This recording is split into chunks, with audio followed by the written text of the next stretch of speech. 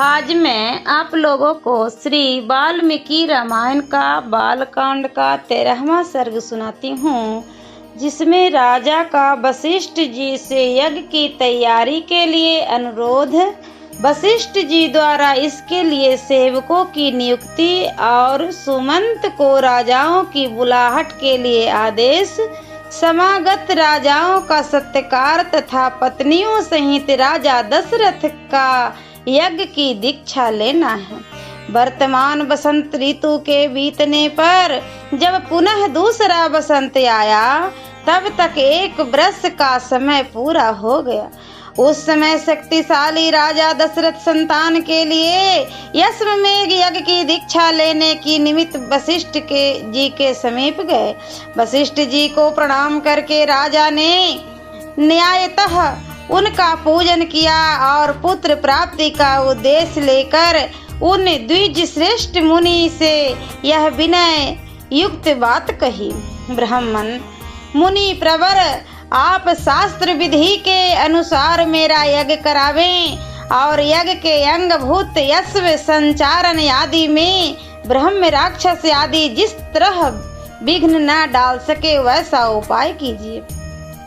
आपका मुझ पर विशेष स्नेह है। आप मेरे सुहृद आकारण हितैषी गुरु और परम महान हैं। यह जो यज्ञ का भार उपस्थित हुआ है, इसको आप ही वहन कर सकते हैं। तब बहुत ही अच्छा कहकर विप्रवर वशिष्ठ मुनि राजा से इस प्रकार बोले, नरेश्वर, तुमने जिसके लिए प्रार्थना की है वह सब मैं करूँगा। तदंतर वशिष्ठ जी ने यज्ञ संबंधी कर्मों में निपुण तथा यज्ञ विषयक शिल्प कर्म में कुशल परम धर्मात्मा बूढ़े ब्राह्मणों, यज्ञ कर्म समाप्त होने तक उसमें सेवा करने वाले सेवक को, शिल्पकारों, बढ़इयों, भूमि खोदने वालों, ज्योतिषियों, कारीगरों, नटों, नर्तकों, विशुद्ध शास्त्र वेताओं तथा बहुश्रुत पुरुषों को बुलाकर उनसे कहा, तुम लोग महाराज की आज्ञा से यज्ञ कर्म के लिए आवश्यक प्रबंध करो।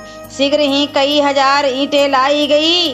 राजाओं के ठहरने के लिए उनके योग्य अन्न पान आदि अनेक उपकरणों से युक्त बहुत से महल बनवाए जाएं।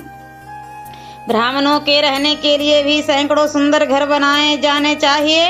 वे सभी गृह बहुत से भोजनीय अन्न पान आदि उपकरणों से युक्त तथा आंधी पानी आदि के निवारण में समर्थ हो। इसी तरह पूर्ववासियों के लिए भी विस्तृत मकान बनने चाहिए। दूर से आए हुए भूपालों के लिए पृथक पृथक महल बनाए जाएं। घोड़े और हाथियों के लिए भी शालाएं बनाई जाएं। साधारण लोगों के लिए सोने के लिए भी घरों की व्यवस्था हो। विदेशी सैनिकों के लिए भी बड़ी बड़ी छावनियां बननी चाहिए। जो घर बनाए जाएं उसमें खाने पीने की प्रचुर सामग्री संचित रहे। उनमें सभी मनोवांछित पदार्थ सुलभ हो तथा नगरवासियों को भी बहुत सुंदर अन्न भोजन के लिए देना चाहिए। वह भी विधिवत सत्कार पूर्वक दिया जाए, अवहेलना करके नहीं। ऐसी व्यवस्था होनी चाहिए जिससे सभी वर्ण के लोग भली भांति सत्कृत हो, सम्मान प्राप्त करे। काम और क्रोध के वशीभूत होकर किसी का अनादर नहीं करना चाहिए। जो शिल्पी मनुष्य यज्ञ कर्म की आवश्यक तैयारी में लगे हों, उनका तो बड़े छोटे का ख्याल रखकर विशेष रूप से समादर करना चाहिए। जो सेवक या कारीगर धन और भोजन आदि के द्वारा सम्मानित किए जाते हैं, वे सब परिश्रम पूर्वक कार्य करते हैं। उनका किया हुआ सारा कार्य सुंदर ढंग से संपन्न होता है। उनका कोई काम बिगड़ने नहीं पाता। अतः तुम सब लोग प्रसन्न चित्त होकर ऐसा ही करो। तब वे सब लोग वशिष्ठ जी से मिलकर बोले, आपको जैसा अभिष्ट है उनके अनुसार ही करने के लिए अच्छी व्यवस्था की जाएगी। कोई भी काम बिगड़ने नहीं पाएगा। आपने जैसा कहा है हम लोग वैसा ही करेंगे, उसमें कोई त्रुटि नहीं आने देंगे। तदंतर वशिष्ठ जी ने सुमंत को बुलाकर कहा, और पृथ्वी पर जो जो धार्मिक राजा, ब्राह्मण, क्षत्रिय, वैश्य और सहस्रों शूद्र हैं, उन सबको इस यज्ञों में आने के लिए निमंत्रित करो।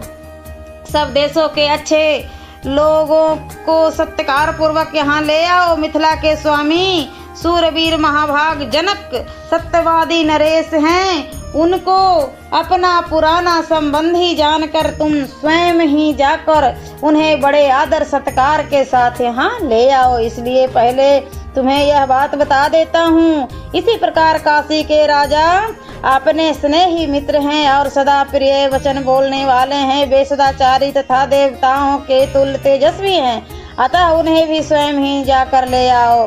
कैकेयी देश के बूढ़े राजा बड़े धर्मात्मा हैं। वे राज सिंह महाराज दशरथ के ससुर हैं, अतः उन्हें भी पुत्र सहित यहाँ ले आओ। अंग देश के स्वामी महाधनुर्धर राजा रोमपाद हमारे महाराज के मित्र है, अतः उन्हें पुत्र सहित यहाँ सत्कार पूर्वक ले आओ। कौशल राज भानुमान को भी सत्कार पूर्वक ले आओ। मगध देश के राजा प्राप्तिज्ञ को, जो सूरवीर सर्वशास्त्र विशारद परम उदार और पुरुषों में श्रेष्ठ है, स्वयं जाकर सत्कार पूर्वक बुला ले आओ। महाराज की आज्ञा लेकर तुम पूर्व देश के श्रेष्ठ नरेशों को तथा सिंधु सौवीर एवं सुराष्ट्र देश के भूपालों को यहाँ आने के लिए निमंत्रण दो। दक्षिण भारत के समस्त नरेशों को भी आमंत्रित करो। इस भूतल पर और भी जो जो नरेश महाराज के प्रति स्नेह रखते हैं, उन सबको सेवकों और सगे संबंधियों सहित यथासंभव शीघ्र बुला लो। महाराज की आज्ञा से बड़भागी दूतों द्वारा इन सब के पास बुलावा भेज दो। वशिष्ठ का यह वचन सुनकर सुमंत ने तुरंत ही अच्छे पुरुषों को राजाओं की बुलाहट के लिए जाने का आदेश दे दिया। राजा बुद्धिमान धर्मात्मा सुमंत वशिष्ठ मुनि की आज्ञा से खास राजाओं को बुलाने के लिए स्वयं ही गए। यज्ञ कर्म की व्यवस्था के लिए जो सेवक नियुक्त किए गए थे, उन सब ने आकर उन समय तक यज्ञ संबंधी जो जो कार्य संपन्न हो गया था, उन सब की सूचना महर्षि वशिष्ठ को दी। यह सुनकर वे द्विज श्रेष्ठ मुनि बड़े प्रसन्न हुए और उन सब से बोले, भद्र पुरुषों, किसी को जो कुछ देना हो उसे अवहेलना या अनादर पूर्वक नहीं देना चाहिए, क्योंकि अनादर पूर्वक दिया हुआ दान दाता को नष्ट कर देता है, इसमें कोई संशय नहीं है। तदंतर कुछ दिनों के बाद राजा लोग महाराज दशरथ के लिए बहुत से रत्नों की भेंट लेकर अयोध्या में आए। उनसे वशिष्ठ जी को बड़ी प्रसन्नता हुई। उन्होंने राजा से कहा, पुरुष सिंह, तुम्हारी आज्ञा से राजा लोग यहाँ आ गए। नृपश्रेष्ठ, मैंने भी यथा योग्य उन सब का सत्कार किया है। हमारे कार्यकर्ताओं ने पूर्णतः सावधान रहकर यज्ञ के लिए सारी तैयारी की है। अब तुम भी यज्ञ करने के लिए यज्ञ मंडल के समीप चलो। राजेंद्र, यज्ञ मंडप में सब और सभी वांछनीय वस्तुएं एकत्र कर दी गई है। आप स्वयं चलकर देखें, यह मंडप इतना शीघ्र तैयार किया गया है मानो मन के संकल्प से ही बन गया हो। मुनिवर वशिष्ठ तथा ऋष्यशृंग दोनों के आदेश से शुभ नक्षत्र वाले दिन को राजा दशरथ यज्ञ के लिए राजभवन से निकले। तत्पश्चात वशिष्ठ आदि सभी श्रेष्ठ द्विजों ने यज्ञ मंडप में जाकर ऋष्यशृंग को आगे करके शास्त्रोक्त विधि के अनुसार यज्ञ कर्म का आरंभ किया। पत्नियों सहित श्रीमान अवध नरेश ने यज्ञ की दीक्षा ली। सियावरे रामचंद्र की जय।